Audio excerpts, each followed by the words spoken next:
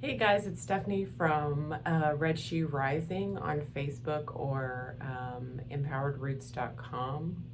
I wanted to stop and talk to you guys a little bit today because there's this synchronicity that's been coming up.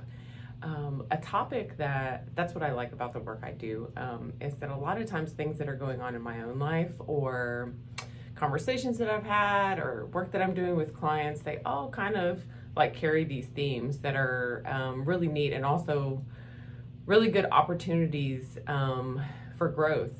So there's this synchronicity that's been coming up in talking about leadership because I do talk a lot about that, and it has a lot to do with empowerment. And to be empowered, to be leaders in the world, we have to first be leaders in our own life, within ourselves, as sovereign beings.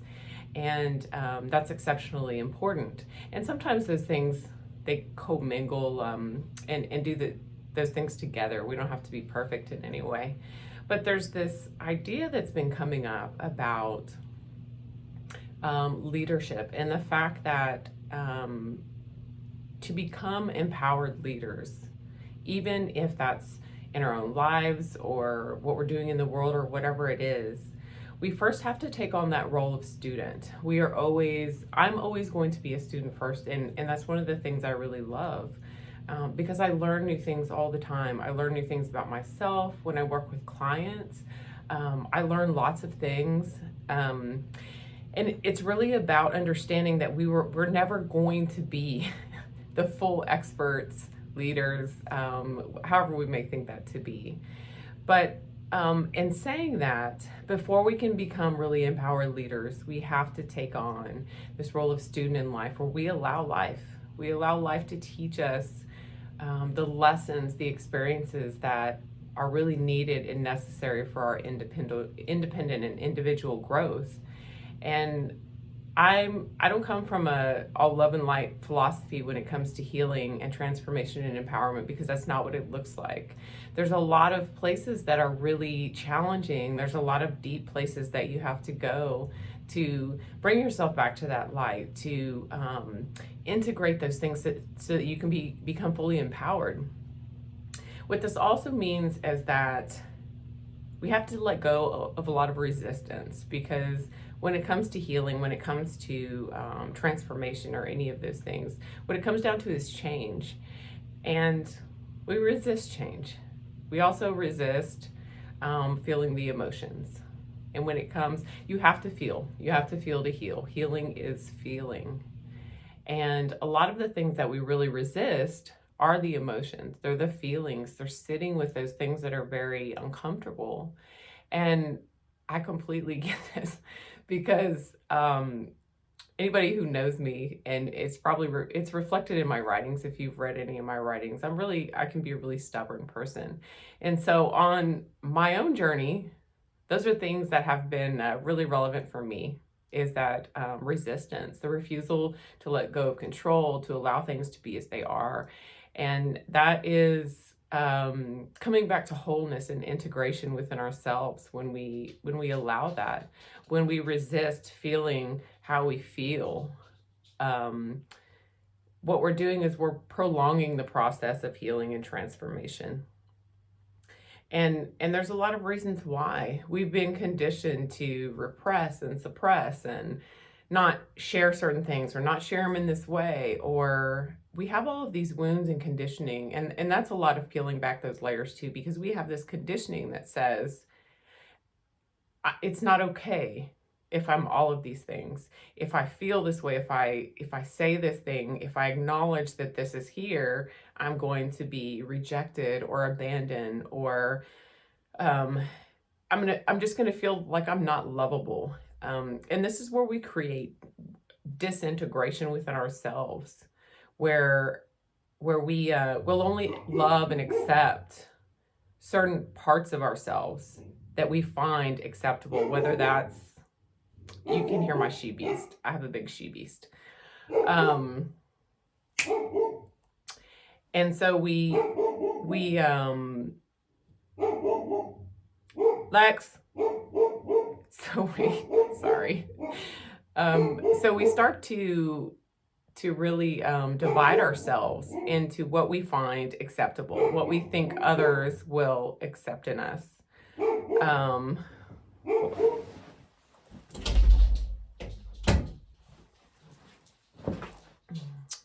she's such an alpha bitch. She's like a she beast for real.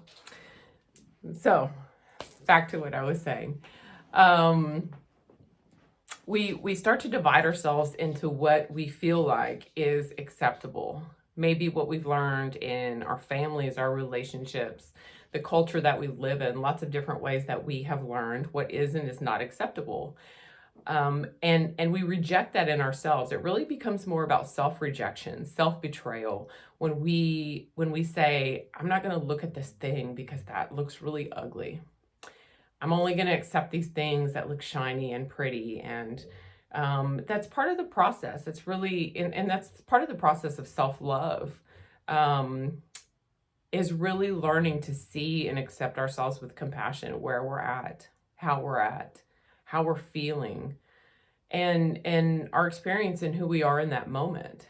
And that doesn't mean that we take the inner turmoil and things that may be coming up and we just spill it out on everything around us, because we can't do that.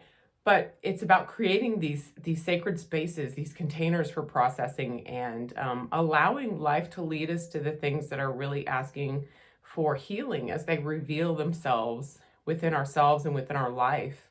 Many of those things are usually reflected in our relationships. Our relationships are great mirrors of areas within ourselves and within our lives, our beliefs, old experiences, old stories, old conditioning that are really asking, they're coming to the surface and they're asking to be seen and to be heard and to be healed, transformed. And so it's really important, and which is why I honor so much in the work that I do, creating those sacred containers for the processing of those things, for the working through of those things that can be so challenging, because we have it within us. The wisdom is within us to work through a lot of those things on our own. But when we have someone who is who's holding that container for us and allowing us that space to process, it's a different kind of experience, and it makes a difference. And that's why I honor that and respect that process so much, because it's so important. And as we work through that process of peeling back those layers and allowing ourselves to be taught by life, what is coming up for me right now that really needs to be looked at, what's asking to be heard, what's asking to be healed, transformed, we start to learn how to allow ourselves to be with that discomfort, which eventually leads to the light. But in processing through that, there is a lot of discomfort, and we have to learn to embrace that, to accept that this is where I'm at right now. And it leads to this like really soulful compassion that we have for ourselves, that we're whole. As I stress so much in my writings, in my life, in my work, the work that I do with clients, healing, transformation, empowerment, it's not about becoming someone different.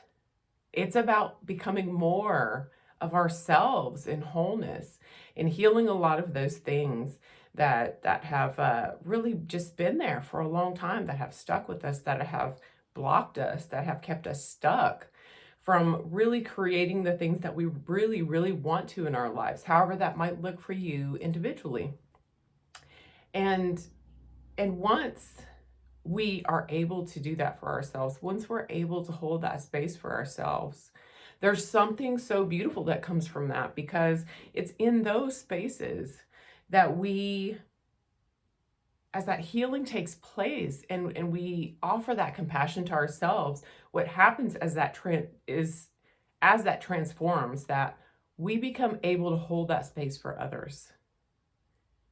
And that's the gift. That's the beautiful gift, because we can't hold that space for others unless we've been able to work through and be able to learn to hold it for ourselves. A lot of experiences that we've had, a lot of lessons we've learned, a lot of those things that have been so difficult in our lives are the things curses, if you will, that become our gifts. They become the things that we're able to offer to other people in sacred spaces and compassion. And as women, being able to share those spaces and support each other in healing and offer compassion and offer experience and wisdom through different generations and different experiences, different culture. It's the diversity that we offer as women to each other, where we're not in competition. We're supporting each other in our processes. And we can only do that if we have really allowed ourselves to be with a lot of those things. And as we kind of continue on, and it's kind of a shifting that happens, because it's not like one day you just switch from one thing to the other. In that in that studentship of life, if you will, and you will always be in a studentship just as I will. But as we start to integrate those things, we start to step into that leadership in those areas that we're transforming, that we're integrating, that we're growing in. And while we still may be learning, and we will be learning in other areas, we begin to step into that leadership and always stepping up and up and up. And this is where we level up, quite literally, within ourselves first, and then it manifests into the physical world around us as we heal. But, and within that understanding that our lives, our journeys as women, as people in general, but I'm speaking, of course, to a lot of women, that they're spirals, they're spiral journeys. They're not linear. They don't stop and end. It's a spiral. So in many ways, and I see this in my own writings, in my own life too, in the work I do with clients, is we're spiraling back. Sometimes we spiral back many, many times to the same lessons, the same experiences, the same things that have shown up for us. But the beautiful thing is that each time we come back to that spiral, we've grown a little bit, we've transformed a little bit, we've learned a little bit. Maybe we, have had some aha moments, which those are my absolute favorite when I work with women. I love those aha moments.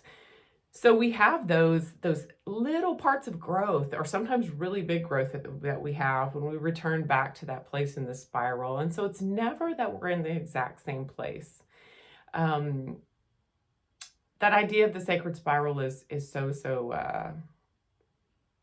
so close to my heart, because it's such a beautiful representation that we don't have to judge where we're at. That it's okay if we feel like we've worked through something really deeply, and then something in life happens, and then we come back to it and we realize, oh shit, like I didn't really work through all of that completely, and that's okay. And finding those spaces to do that, it's like we become huntresses,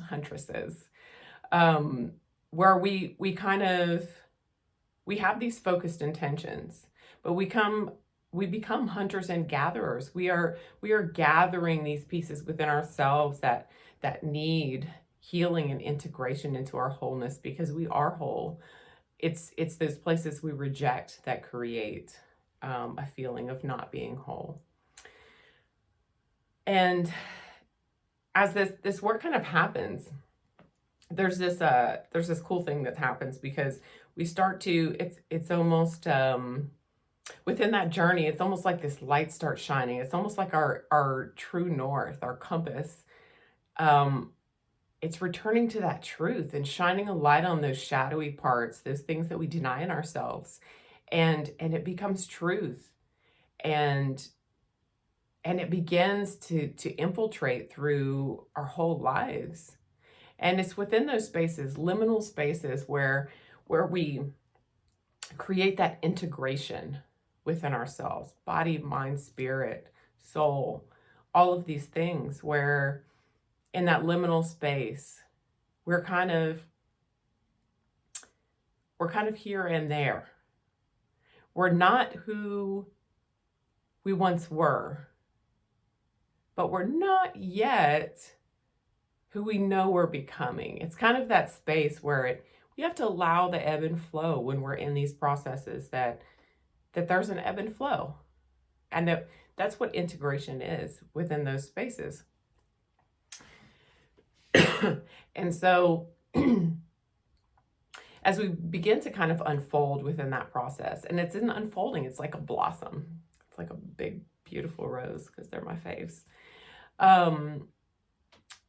As we begin to blossom in those areas, we are then able to share those truths, that North Star, that light.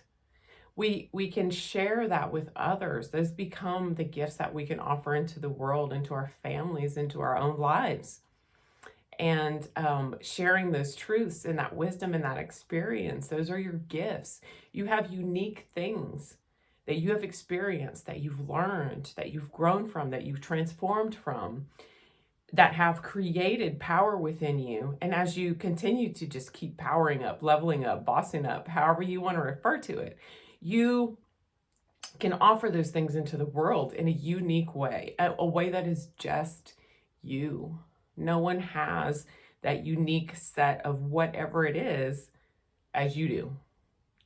And I really want you to own that sovereign power of, I do have things within me. Who I am is something that this world needs. And I want you to dare, excuse me, this is a gym elixir. I'm not like drinking wine while I'm talking to you guys. I really want you to dare to dream about the things that you can change, about, and it's when I say change, again, this is integration. I'm not saying change who you are. You don't have to change who you are. It's about integration into wholeness within ourselves. But to dare to dream that you can be more within yourself. You can level up. You can create the things that you would like in your life. Is it a process? Yes. Does it have some really deeply challenging, like bullshit areas? Yes. But the outcome is so worth it. So worth it. And I say this having been through some really significant challenges in my life where I really had to dig. I had to dig for strength. I had to dig for that power. I had to dig for those lessons because I was just so done.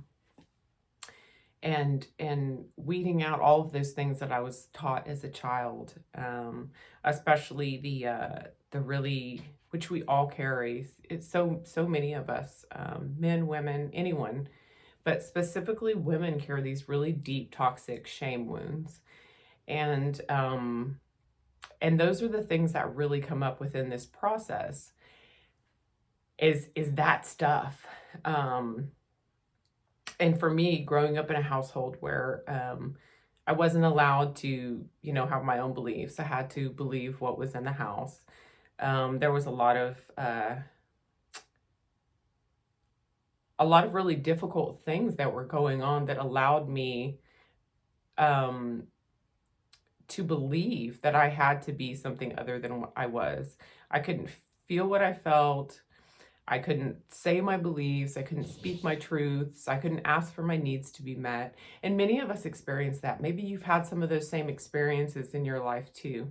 And it's addressing that too, that toxic shame that we carry about these things and understanding that I don't have to accept this anymore. I don't have to be this way, that it's okay. It's okay for me to be human. These are human experiences. These are not like I'm the only one in the world that has had rage. Okay, because we do.